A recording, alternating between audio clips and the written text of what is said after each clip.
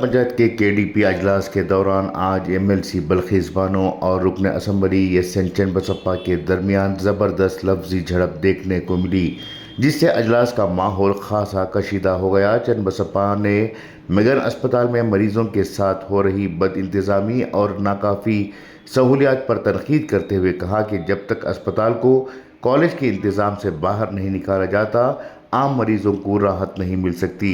इस बयान पर एमएलसी बल्खीस बानो ने एतराज़ करते हुए कहा कि आप गैर मुतल्लक़ा बातें छेड़ रहे हैं और आपको असम्बली से मुअत्तल किया गया है और आपको अजलास में शिरकत का हक़ नहीं है। इस पर चन्नबसप्पा ने सख्त लहजा अपनाते हुए कहा कि मुझे बाकायदा दावत दी गई है और सिर्फ असम्बली इजलास में शिरकत पर पाबंदी है, पंचायत इजलास में आने पर नहीं। बल्खीस बानो और चन्नबसप्पा के दरमियान ज़बरदस्त तू मैं हुई।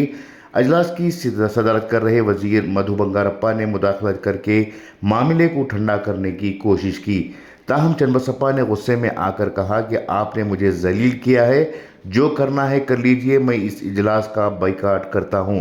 इस पर वज़ीर ने कहा कि जाना है या ना जाना है ये आपकी मर्जी है, लेकिन आपने गलतफहमी में बात की है।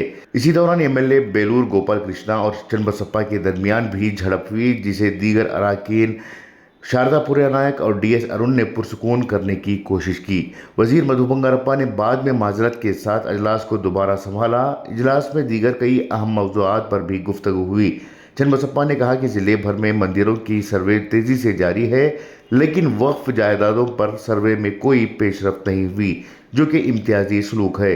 इस पर एडिशनल डिप्टी कमिश्नर ने वजाहत दी कि सर्वे हुकूमत की हिदायत के मुताबिक हो रहा है और 70% काम मुकम्मल हो चुका है, किसी किस्म का इम्तियाज़ नहीं बरता जा रहा।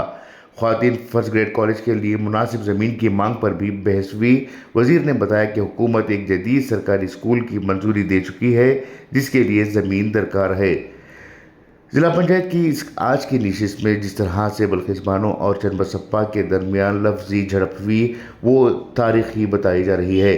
एमएलसी बल्खीस बानो ने रुकन असम्बली चन्नबसप्पा को पूरी तरह से अजलास में निचोड़ डाला। ब्यूरो रिपोर्ट, इनकलाब न्यूज़, शिवमोगा।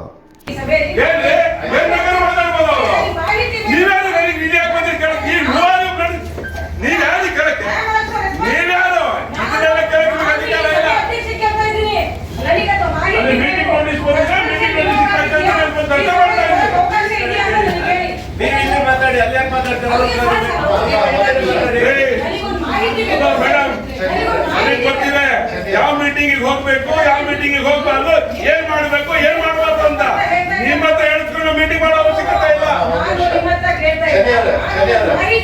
ಏನ್ ಮಾತಾಡ್ತಾ ಇದ್ದೀರಿ ನೀವು? ಯಾರಿಗೆ ಮೀಟಿಂಗ್ ಹೇಳ್ಕೊಂಡಿದ್ರು ಕೇಳಕ್ಕೆ?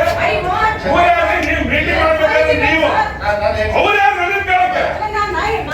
ಕುತ್ಕೊಳ್ಳೋ ಸಾಕು, ಕುತ್ಕೊಳ್ಳೋ ಕಂಡಿದ್ದೀರಿ, ಕುತ್ಕೊಳ್ರಿ, ಯಾರಿಗೂ ಮಾತಾಡೋದು ನೀವ್ಯಾರು ನನಗೆ ಕೇಳಕ್ಕೆ? ನೀವ್ಯಾರು ನನಗೆ ಕೇಳಕ್ಕೆ? ಕುತ್ಕೊಳ್ರಿ ಸಾಕು. ಹುಡುಗಾಟ ಮಾಡ್ತೀರಾ ನೀವು? ಏನ್ ಬೇಕಾದ್ರೆ ನಿಂತ್ಕೊಂಡು ಮಾತಾಡ್ಬೋದ ನೀವು? ಕುತ್ಕೊಳ್ಳೋ ಕಂಡಿದ್ದೀನಿ, ಕಮಿಟಿ ಮೀಟಿಂಗ್ ಹೋಗಿಲ್ಲ, ಹೋಗೋದಿಲ್ಲ ರೀ. ನೀವೇನು ಮಾಡ್ಕೊಳಕ್ಕಾಗಲ್ಲ, ನಮಗೆ ಹೊರಗಾಕಿ, ನಾವೇ ಹೊರಗಾಕ್ತೀವಿ, ಏನು ಮಾಡ್ಕೊಳಕ್ಕಾಗಲ್ಲ. ಆದ್ರೆ ಒಂದ್ ಅರ್ಥ ಮಾಡ್ಕೊಳ್ಳಿ, ಒಂದ್ ಅರ್ಥ ಮಾಡ್ಕೊಳ್ಳಿ. ಈ ಪ್ರಶ್ನೆಗೆ ನಾನು ನೀವೆಲ್ಲದನ್ನು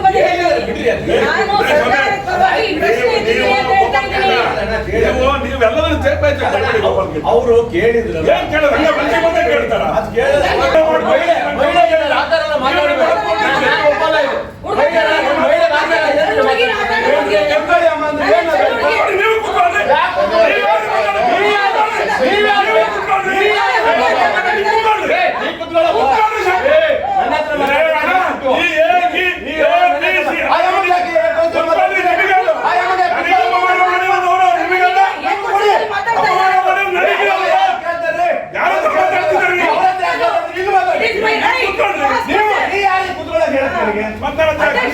ಅವ್ರಿಗೆ ಹೇಳ್ಬಾರ್ದು. ಕುತ್ಕೊಳ್ರಿ, ಹೆಣ್ಣು ಮಗಳು ಹೆಣ್ಮಗಳು ಅಂತ ಮನುಷ್ಯ ಬಂದ ಹೆಣ್ಮಗಳು ಅಂತ ಕೇಳಿದರು. ಯಾಕ್ರಿ ಕೇಳಬೇಕು? ಯಾಕೆ ಕೇಳಬೇಕು?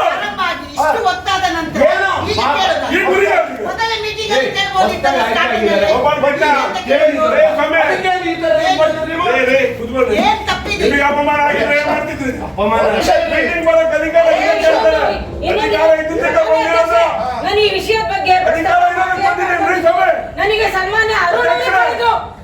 ಪ್ರಶ್ನೆ ನನಗೆ ಅರುಣ್ ಕೇಳಿದ್ರು ಒಂದ್ ನಿಮಿಷ. ಅರುಣ್ ಕೇಳಿದ್ರು ಒಂದ್ ನಿಮಿಷ. ಕೇಳಿ ಇಲ್ಲಿ. ರಿವೋಕ್ ಮಾಡಿದ್ರ ಅಂತ ಕೇಳಿದ್ರು. ಅರುಣ್ ರಿವೋಕ್ ನನಗೆ ಅವರು ರಿವೋಕ್ ಮಾಡಿದ್ರ ಅಂತ ಕೇಳಿದ್ರು. ಸಸ್ಪೆನ್ಷನ್ ಮಾಡಿ ರಿವೋಕ್ ಮಾಡಿದ್ರೆ ಈ ಸಭೆಗೆ ಬರ್ಬೋದು ಅಂತ ಸಭೆಗೆ ಬರೋ ಬಗ್ಗೆ ಇವತ್ತಿಗೆ ಮಾತಾಡಿಲ್ಲ. ನೀವು ಮತ್ತೆ ಚೇಂಜ್ ಮಾಡ್ತಾ ಇದ್ದೀರಾ. ರಿವೋಕ್ ಮಾಡ್ಕೊಂಡಿಲ್ಲ ಅಂತ ಕೇಳಿದ್ರೆ ರಿವೋಕ್ ಆಗಿದೆ ಅಂತ ಇದನ್ನ ಈ ತರ ಚೇಂಜ್ ಮಾಡೋದು ಸರಿಯಲ್ಲ. ನೀವು ಇಲ್ಲಿ ಪಕ್ಕದಲ್ಲಿ ಕೂತಾಗ ನೀವು ಈ ತರ ಮಾತಾಡೋದು